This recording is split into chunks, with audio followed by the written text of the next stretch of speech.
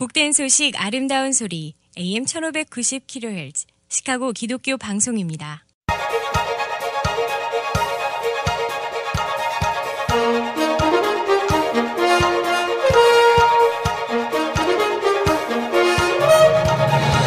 김정일 해설위원의 시사 해설. 세상을 넓게 봅니다. 삶의 지평이 넓어집니다.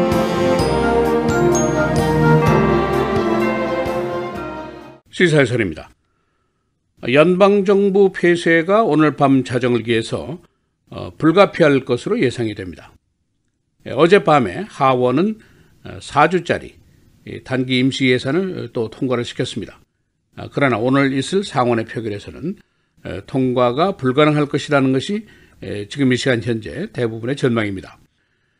이 상원의 예산 통과는 60% 슈퍼 머저리티가 필요한데 지금 민주당에서 공화당의 임시 단기 예산을 지지하는 의원이 10명이 넘을 것이다 라고 보는 사람은 거의 없습니다. 지금까지 양당의 이견이 거의 좁혀지지 못하고 있는데 이것이 예산 통과의 첫 번째 걸림돌입니다. 예를 들면 날카 문제, 70만 명의 드리머들의 문제가 전혀 해결될 기미가 없습니다. 또 두 번째 이유는 트럼프 대통령에 대한 불신 때문입니다. 그가 이민 문제를 말하다가 상스러운 언어를 사용했고 또 어린이 의료비 지원 문제를 놓고 지지한다, 지지하지 않는다, 오락가락하는 태도를 보였습니다. 불신이 문제입니다. 그래서 오늘은 의회 예산 통과 문제, 어제와 오늘의 진행 상황은 어떤 것인지, 또 정부 폐쇄에 대한 전망은 어떤 것인지 종합을 하겠습니다. 우선 어젯밤에 하원은 임시 단기 예산을 통과를 시켰습니다.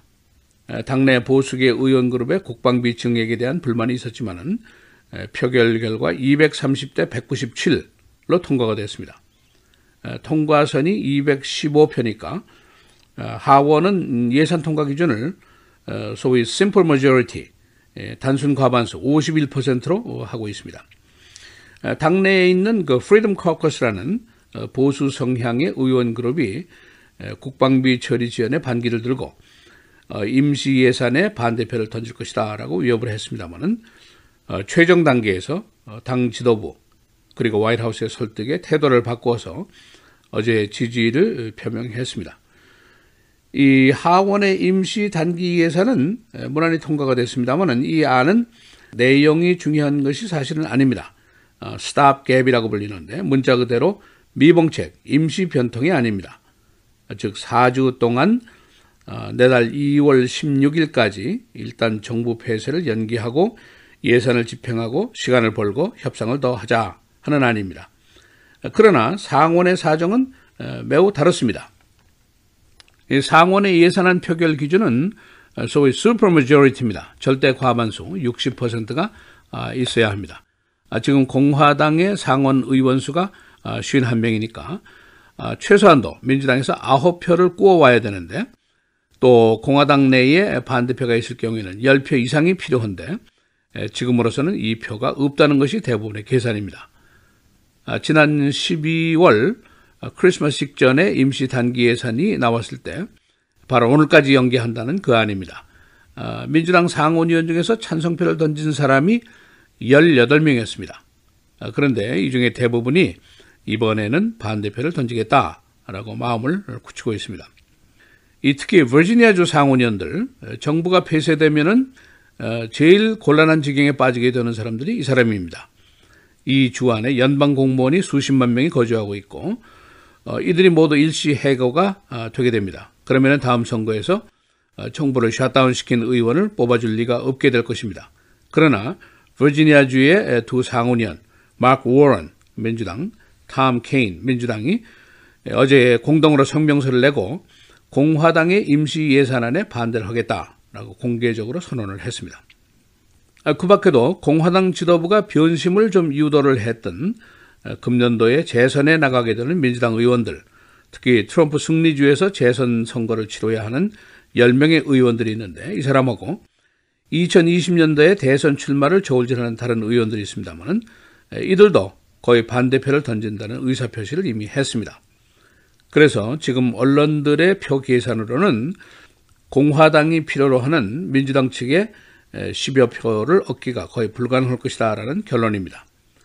그렇게 되면은 오늘 상원 표결에서 이 임시 단기 예산이 실패를 하게 되고 하원을 통과했지만은 상원에서 실패를 하게 되면은 내일부터는 정부 폐쇄로 들어가게 됩니다. 왜 이렇게 예산 통과가 힘든가 하는 여러 가지 이유가 있습니다만은 첫 번째는 이미 4번이나 단기 임시 예산 통과시켰습니다. 그래서 많은 의원들이 더 이상 임시 예산안에 연연하지 않겠다. 통과하고 또 한 달 후에 똑같은 토론하고 똑같은 결론을 내는데 이제 그만하자. 그러니까 의회에 대한 국민들의 지지가 지금 10% 내외에 있는 것이 아니냐. 그런 주장을 펴는 의원들이 많습니다. 두 번째는 이제 근본적인 쟁점이 해결이 안 된 것이 가장 중요한 문제입니다. 달카 문제. 민주당이 작년부터 이 문제의 해결이 예산 통과 전제 조건의 제1순위다라고 공개적으로 요구를 했습니다. 그러나 공화당은 이 불법 이민 70만 명을 수용하기가 쉽지가 않습니다. 특히 보수계 시민들, 남부주, 소위 바이블 벨트라는 지역의 트럼프 지지 세력들이 반이민 정서가 심각합니다.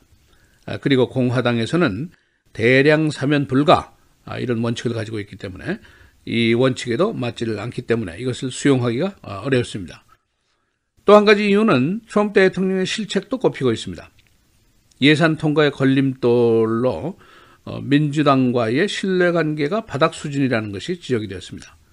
첫째, 그가 이민 개혁 문제를 논의하는 당시에 보호 지위 이민안에 대해서 언급을 하다가 XX countries라는 상스러운 용어를 사용해서 전 세계에 망신을 당했습니다. 그러나 그는 또 이 말을 안 했다고 부인까지 했었습니다. 두 번째는 공화당이 민주당 표를 흡수하기 위해서 저소득층 어린이 의료비 지원안을 6년 동안 보장하겠다 하는 제안을 했습니다. 그런데 트럼프가 트윗을 통해서 이건 단기 예산안에는 포함될 수 없다 하고 딴소리를 했습니다. 그러니까 공화당 내에서 굉장히 당황을 했고 민주당 쪽에서는 신뢰감이 상실되는 그런 기회가 됐습니다. 또 한 가지 화이트하우스의 존 켈리 비서실장이 멕시코 국경의 장벽 쌓기 이야기를 하다가 트럼프 대통령의 생각도 좀 변하고 진화되고 있다라고 의원들에게 설명을 했습니다. 그런데 그가 발끈해서 다음날 새벽에 트윗을 하면서 그런 적 없다라고 자신의 비서실장의 말을 완전히 뒤집고 말았습니다. 그러니까 민주당 쪽의 일부에서는 도대체 우리가 누구하고 협상을 하는 거냐 반문을 하면서 협상에 대한 신뢰가 깨지고 말았습니다. 이런 여러 가지 이유들 때문에 지금 협상이 완전히 실패를 할 단계에 있습니다. 시사해설 김재일입니다.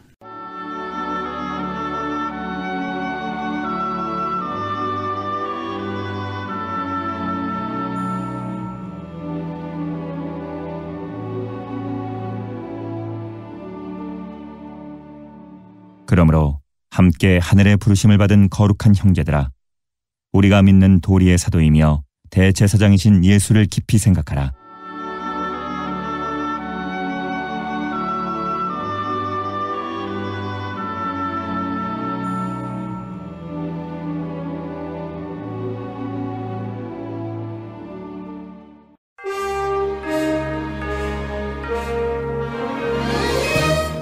(1월 19일) 금요일 헤드라인 뉴스입니다.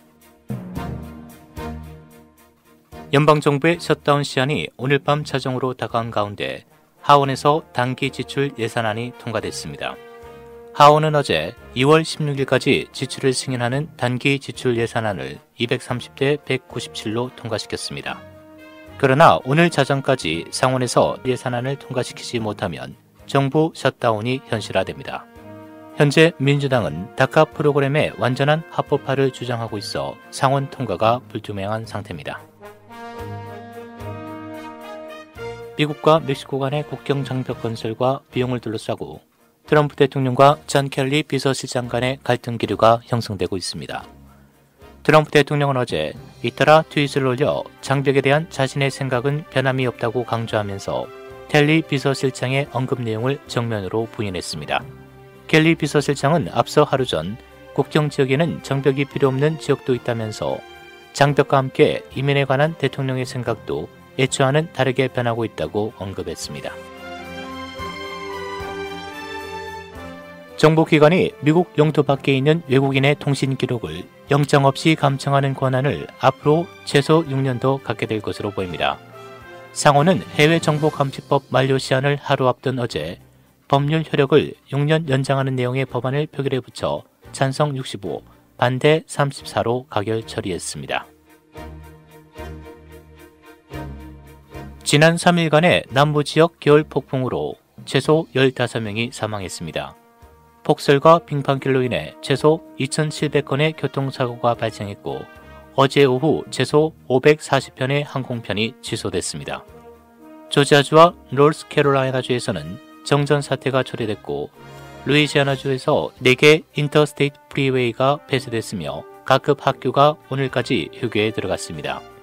노스캐롤라이나 중부 지역에는 6인치 이상의 눈이 내렸고 롤리와 그린스보로 등지에서는 10인치의 적설량을 기록했습니다. 13명의 자녀를 쇠사슬로 묶어두고 키웠던 남가주 페리스의 데이빗과 루이스 터핀 부부가 어제 인정신문에서 무죄를 주장했습니다. 부부는 12개항의 고문과 12개항의 불법 감금, 그리고 7개항의 성인 자녀 학대, 6개항의 미성년 자녀 학대 등의 혐의로 기소됐으며 남편 데이빗 터핀에게는 어린이에게 강압적인 추행을 한 혐의가 추가됐습니다. 터핀 부부는 오는 2월 23일 재판을 받게 되며 유죄가 확정될 경우 최고 94년 징역형에 처해질 수 있습니다. 시카고가 아마존의 제2본부 설립 최종 후보지로 뽑혔습니다. 아마존은 어제 시카고를 비롯한 전국 20개 대도시를 최종 후보지로 선택했습니다. 시카고는 고학력 근로자, 교통, 공항, 주택, 시설 등에서 경쟁력을 갖추고 있으나 아직도 최종 결정까지에는 많은 경쟁이 남아 있습니다. 아마존은 새 본부 지역에 50억 달러를 투자하고 5만 명을 고용할 계획입니다. 동성애자의 결혼식을 집례했던 시카고 롤스파크 대학 교목이 정직 처분을 받았습니다. 주디 피러슨 목사는 지난해 4월 이 학교 학생이었던 마커스 메이슨 커플의 결혼을 집례했습니다. 이 대학 소속 교단인 복음주의 언약교단은 피러슨 목사를 정직 처분하고 오늘 교단 징계위원회에 회부합니다. 이에 대해 약 4,400명의 학생, 동창들이 교단의 이 조치에 반대하는 서명을 했습니다. 이번 썬데이에 열리는 시카고의 여성 행진을 위해 CTA 등 대중교통의 운행을 추가했습니다. 이 행진은 21일 오전 다운타운, 그랜드파크와 페더럴 플라자 사이에서 약 2만 5천 명이 참가한 가운데 열립니다. 이날 다운타운은 지역의 교통체증이 예상됩니다. 날씨입니다. 오늘 대체로 맑고 낮 최고 40도, 밤 최저 31도, 주말인 내일은 대체로 맑고 흐리겠으며 낮 최고 42도, 밤 최저 32도, 주일 흐리고 비가 내리겠습니다. 낮 최고 39도, 밤 최저 36도, 월요일 계속해서 비가 내리겠습니다. 낮 최고 48도, 밤 최저 27도입니다.